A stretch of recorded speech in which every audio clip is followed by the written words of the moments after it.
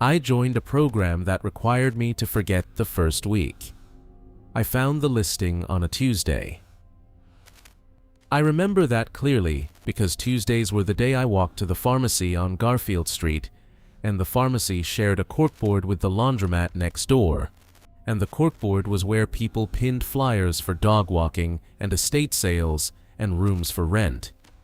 The listing was printed on plain white paper, no color, no logo, just text in a standard serif font. It read, Residential Research Program. Seeking adults 25 to 45 for a 4-week structured study on cognitive adaptation. Compensation, $17,500. Housing and meals provided. No prior medical conditions required.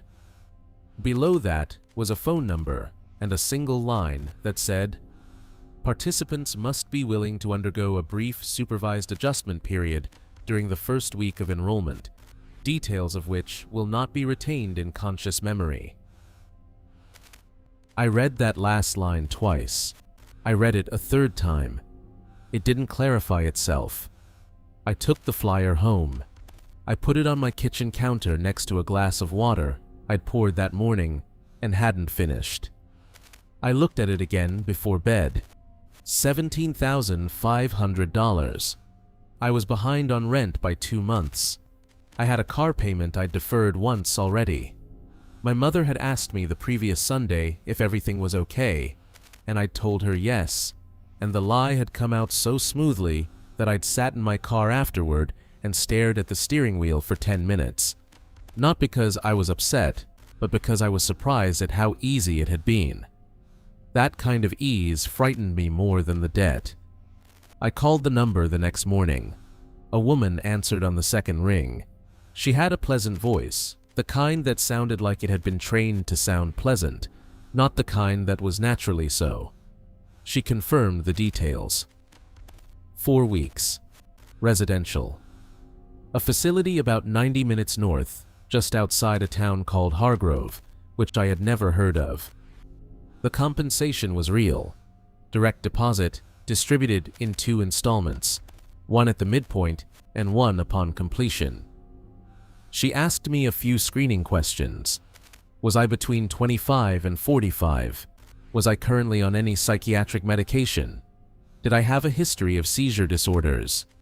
Had I ever been involuntarily committed? I said no to all of them, which was true, and she said I sounded like a strong candidate. I asked her about the adjustment period, about the memory component. She paused, not for long, just long enough for me to notice.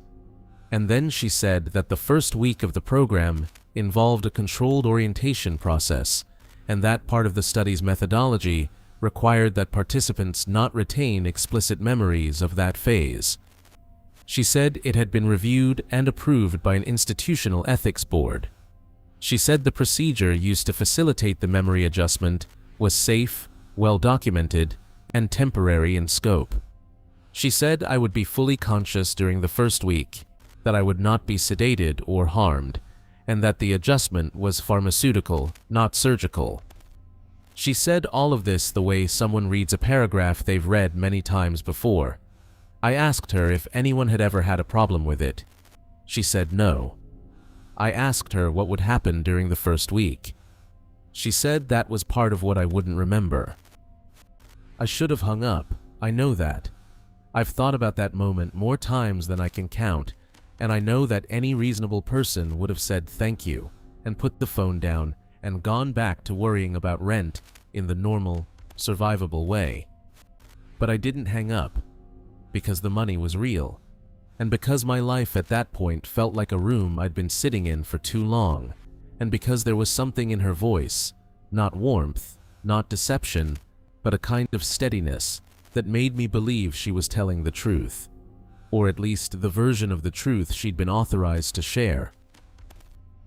I agreed to participate. She scheduled my intake for the following Monday. She told me to bring minimal personal belongings, a few changes of clothes, no electronics, no journals, no recording devices. She said I'd be provided with everything I needed. I drove up on a clear morning.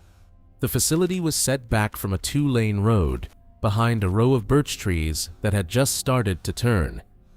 It was a 3-story building, rectangular, with large windows and a flat roof. It looked like a small dormitory or a regional medical clinic. Nothing about it looked alarming. There was a parking area with maybe 15 spaces, most of them empty. I pulled in next to a gray sedan and sat for a moment. The building was quiet. There was no signage I could see, no name on the entrance, just a set of glass double doors and a concrete pathway lined with low hedges. Inside, the lobby was carpeted in pale blue.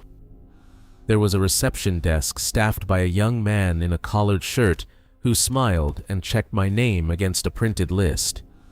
He gave me a lanyard with a badge that had my first name and a room number printed on it. Room 6.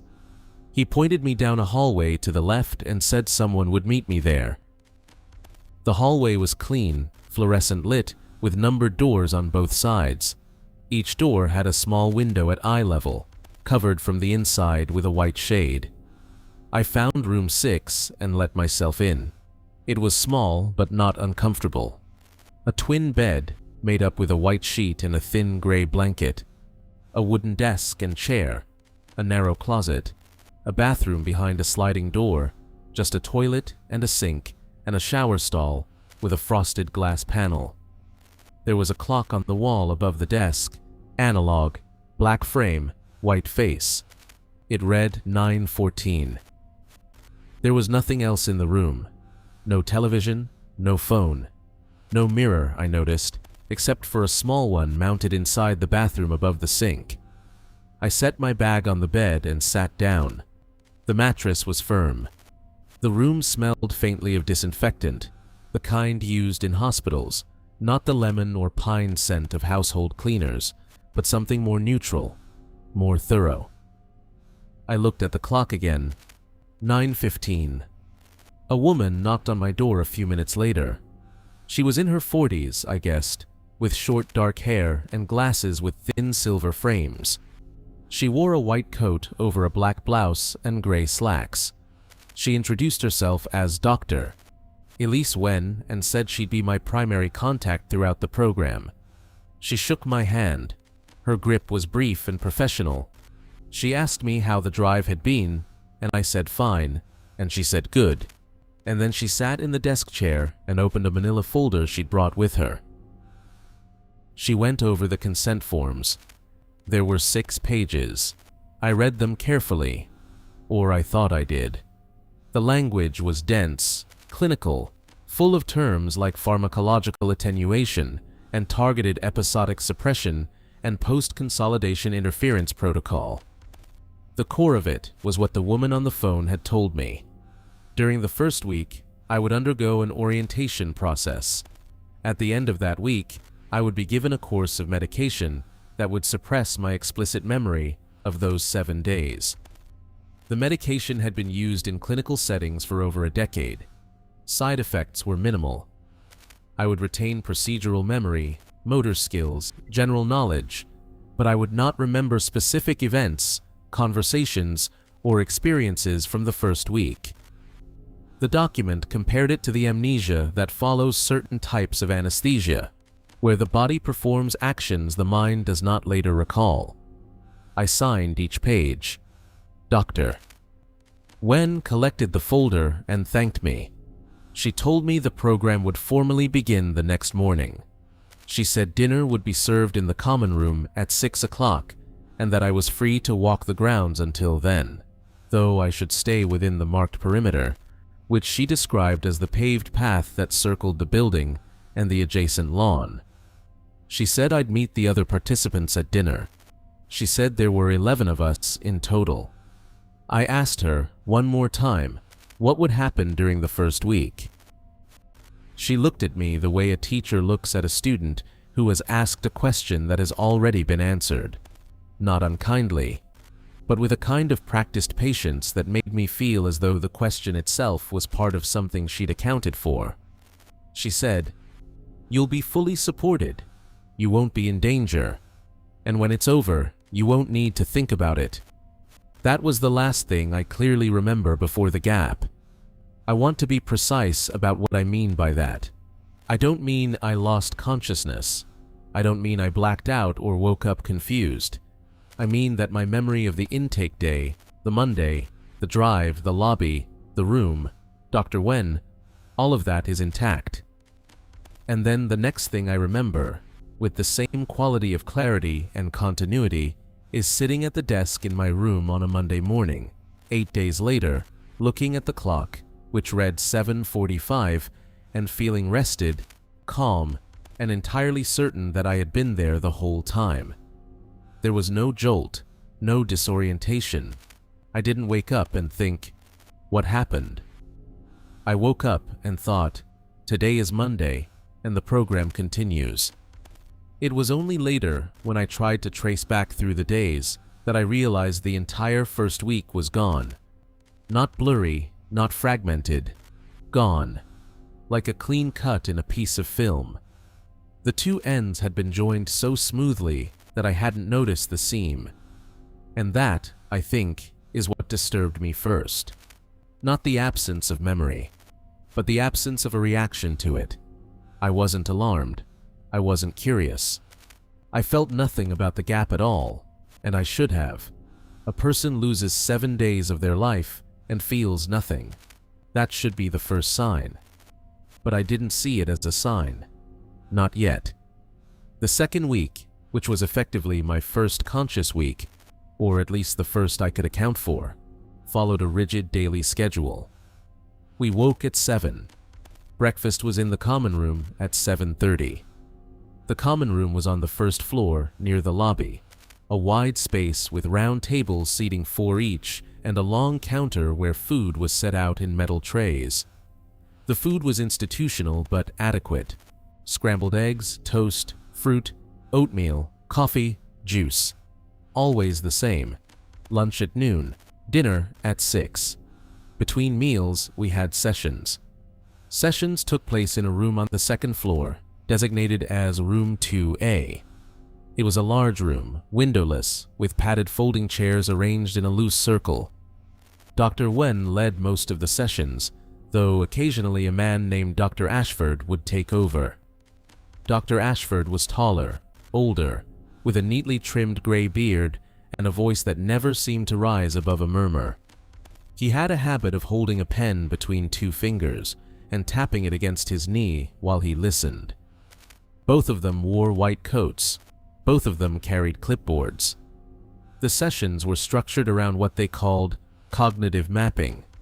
We were given tasks, memory exercises, pattern recognition tests, word association sequences. Some of them were done verbally in the group. Others were written on sheets of paper handed out and collected at the end. We were never allowed to keep the sheets. Dr. Wen said this was to prevent interference between sessions, that the exercises were designed to measure immediate responses, and that reviewing them later would compromise the data. I accepted that. We all did. There were 11 of us. As Dr. Wen had said, 7 men and 4 women, ranging in age from what I guessed was late 20s to early 40s. I didn't learn much about them at first. Conversation during meals was allowed but not encouraged. Most of us were quiet, polite. We exchanged first names and vague pleasantries, nothing more. A man named Thomas sat across from me at most meals. He was thin, pale, with close-cropped brown hair and a habit of tapping his fork against the edge of his plate in a rhythm I couldn't identify. A woman named Priya sat to my right at several dinners. She had dark eyes and a calm, measured way of speaking that made everything she said sound carefully chosen. None of us talked about the first week. I want to emphasize that. Not once in the second week did any of us mention it. Not the memory suppression, not what might have happened. Not how we felt about having lost those days. It simply didn't come up. And at the time, I didn't find that strange. I found it normal, as if it had been agreed upon, silently, collectively, that the first week was not a topic. It was only later that I began to wonder whether that silence was organic, or whether it had been placed there, the way the gap itself had been placed. The inconsistencies began small, so small that I hesitate to call them inconsistencies at all, because at the time they registered as nothing. Flickers of something not quite right that dissolved the moment I looked at them directly. The first one I can identify was on Tuesday of the second week. We were in a session doing a word association exercise. Dr. Wen read a word, and we were supposed to write down the first word that came to mind immediately, without thinking. She read through a list of about 40 words. Most of them were mundane: tree, clock, water, bridge, glass. I wrote my responses automatically, the way you do. And then she said the word corridor, and I wrote the word 7. I didn't think about it. I just wrote it. And then I looked at it and thought, that's odd. Corridor. 7. Why 7? A corridor is a hallway. Why would my first association be a number?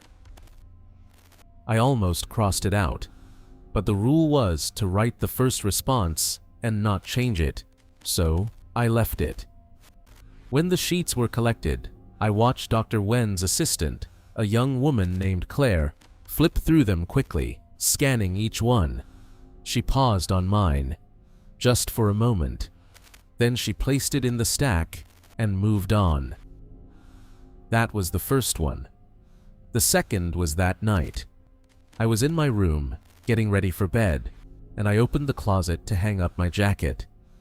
The closet was narrow, just a metal rod and a few wire hangers, but on the shelf above the rod, pushed to the back, there was a folded piece of paper.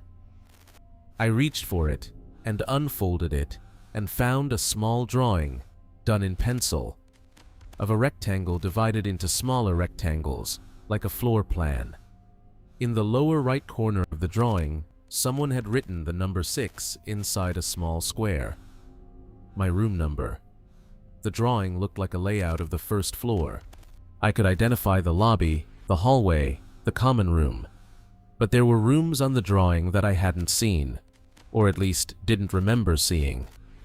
3 small squares in a row, near the back of the building, unmarked, connected to the main hallway by a passage that was drawn with a dotted line rather than a solid one. The handwriting was mine. I stood there for a long time looking at it. I recognized the way I draw my 6s, with the tail curving slightly too far inward. I recognized the way I'd pressed harder on some lines than others, the way I always do when I'm drawing something from memory rather than observation.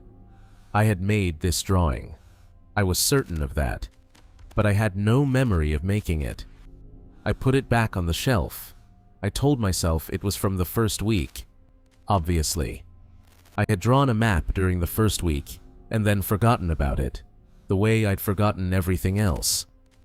The medication had suppressed the memory of drawing it, but the drawing itself had remained.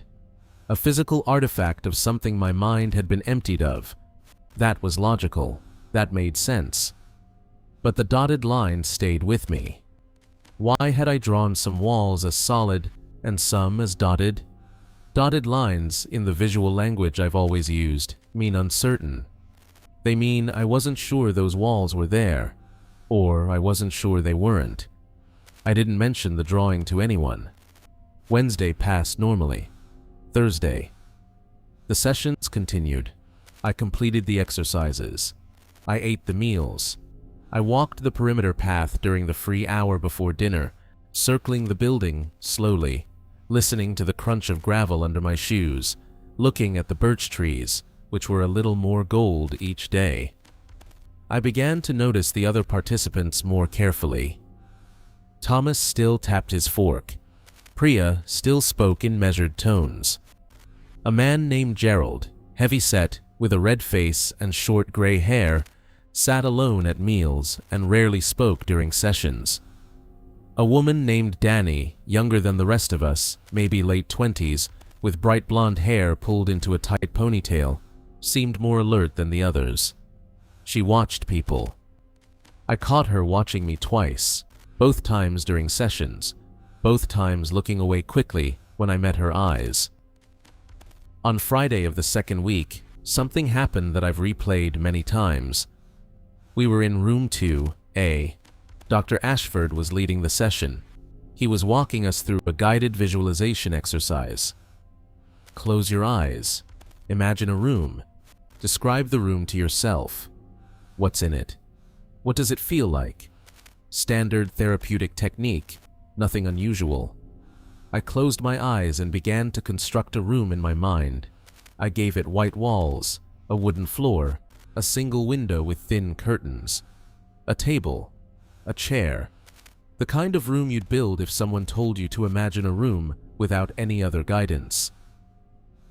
But then Dr. Ashford said, "Now look at the door." And I saw a door, not the door I would have put there, not a door I was imagining. I saw a specific door, heavy, gray, metal, with a horizontal handle, the kind you push down rather than turn, and there was a sound behind it, not loud, a low continuous hum, the kind made by machines or ventilation systems. And I felt something, not fear, something closer to recognition, like I had been in this room before, in front of this specific door, and I had known what was behind it, and I had either opened it or been told not to. Dr. Ashford said, "What's behind the door?" And I said, "Nothing." I said it out loud to the group, calmly, without thinking, and the moment I said it, the image dissolved.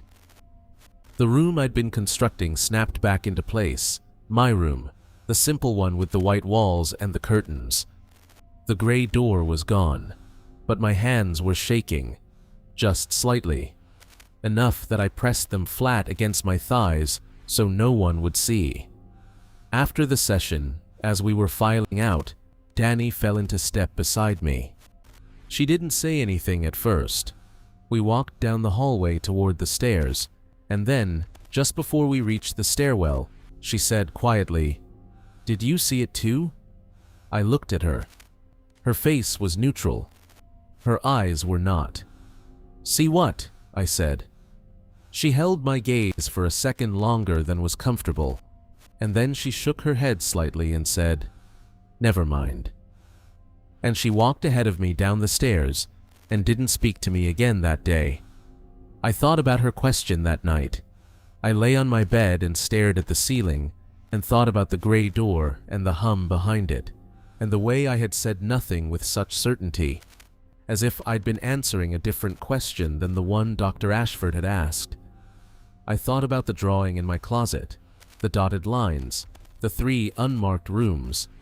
I thought about the word corridor and the number 7.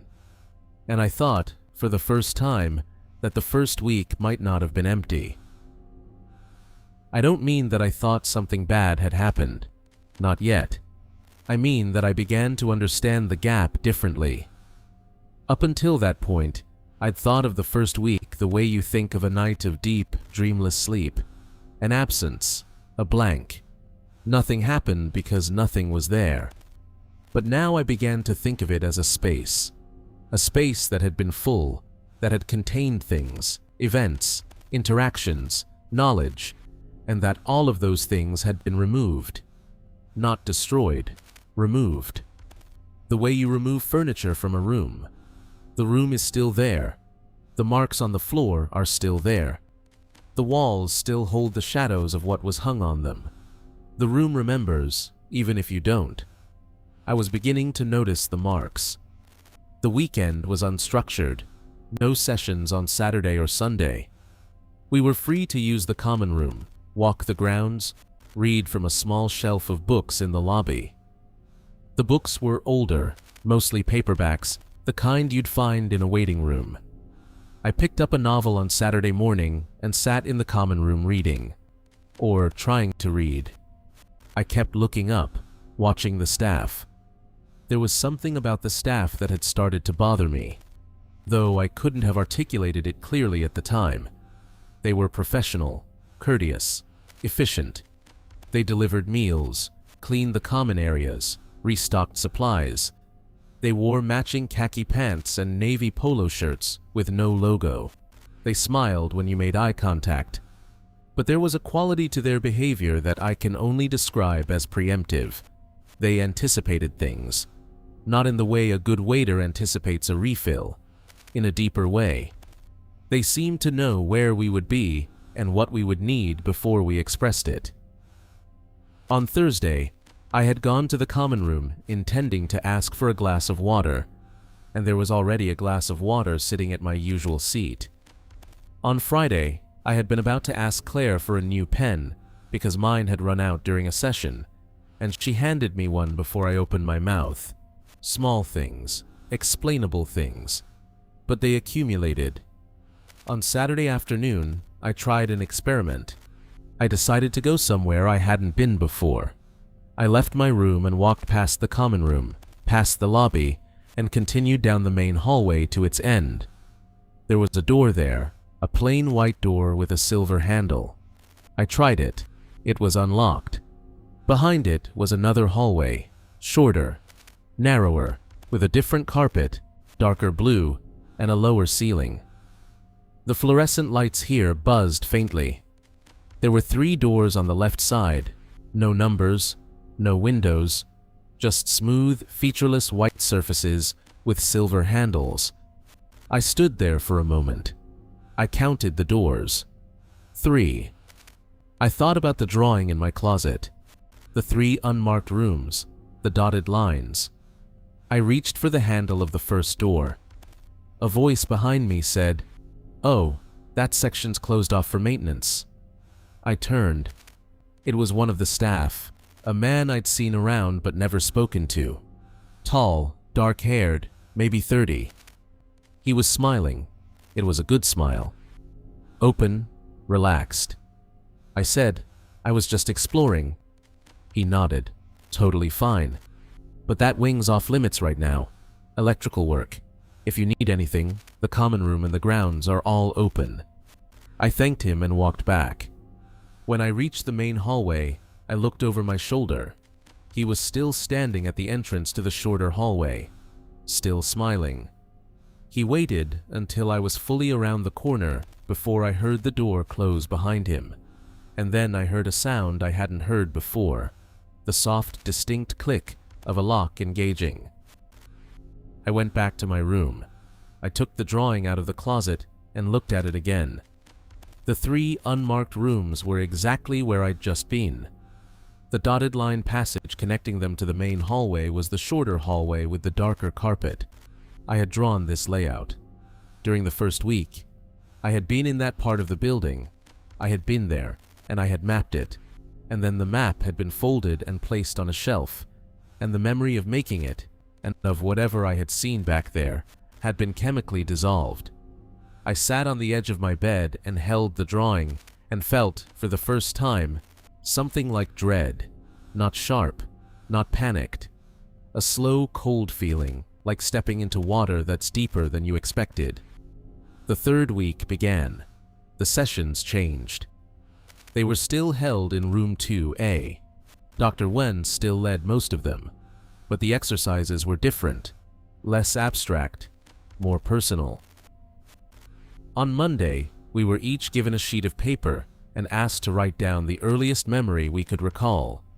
On Tuesday, we were asked to describe a time we had felt afraid. On Wednesday, we were asked to write about a decision we regretted. Each time, the sheets were collected immediately afterward. Each time, I noticed Claire pausing on certain responses, scanning them quickly before adding them to the stack. I wrote the truth each time. I don't know why. I could have lied. I could have written vague, harmless things. But I didn't. I wrote about my childhood kitchen, the yellow tiles, the way the afternoon light came through the window above the sink. I wrote about being lost in a department store when I was 5, the aisles stretching in every direction, the terrible certainty that my mother was gone forever. I wrote about dropping out of graduate school. The details came easily. Too easily, I thought later. as if they'd been loosened somehow, as if something had been done to make them more accessible, more fluid, less guarded. On Thursday of the third week, Dr. Wen brought something new to the session. She placed a small gray device on the table in the center of our circle. It was about the size of a deck of cards, smooth, featureless, with a single green light on one end. She said it was a monitoring tool, part of the study's biometric component, and that it would be present in all sessions going forward. She said it was passive. It measured ambient conditions in the room. Temperature, humidity, air quality. Nothing to be concerned about. I looked at it and felt a pulse of something in my chest. Not recognition. Not exactly. Something adjacent to recognition. Something that shared a border with it. I had the sense, strong and irrational, that I had seen that device before, that I had held it, that I knew what it did, and it was not what Dr. Wen had described. I said nothing. I looked around the circle to see if anyone else had reacted. Most faces were blank. Thomas was looking at the device with mild interest. Gerald was staring at the floor. Priya was watching Dr. Wen, and Danny was looking directly at me. Our eyes met. She didn't look away this time. Her expression was steady, unreadable, but there was something in it that felt like confirmation. She held my gaze for 3-4 seconds, and then she looked down at her hands, and the session continued. That night, I couldn't sleep. I lay in bed and stared at the ceiling and listened to the building. It was quiet, mostly. The occasional sound of footsteps in the hallway, the hum of the ventilation system, the clock ticking on the wall. But underneath those sounds, or maybe woven into them, there was something else. A very low tone, almost below the range of hearing, a vibration more than a sound. I pressed my ear to the wall behind my bed. It was there, faint, steady, continuous. I pressed my ear to the floor. It was there, too. I got up and opened my door. The hallway was empty. The lights were dimmed but not off. I stood in the doorway and listened. The tone was slightly louder in the hallway. It seemed to come from the far end, from the direction of the shorter hallway with the 3 unmarked rooms. I took a step out, then another. The carpet was soft under my bare feet. I passed room 5, room 4, room 3. The tone grew incrementally louder with each step. I reached the end of the main hallway. The white door was there. I tried the handle. Locked. But I could hear the tone clearly now, coming from the other side. It wasn't a ventilation hum. It was too steady, too pure. It sounded deliberate, mechanical, like a signal.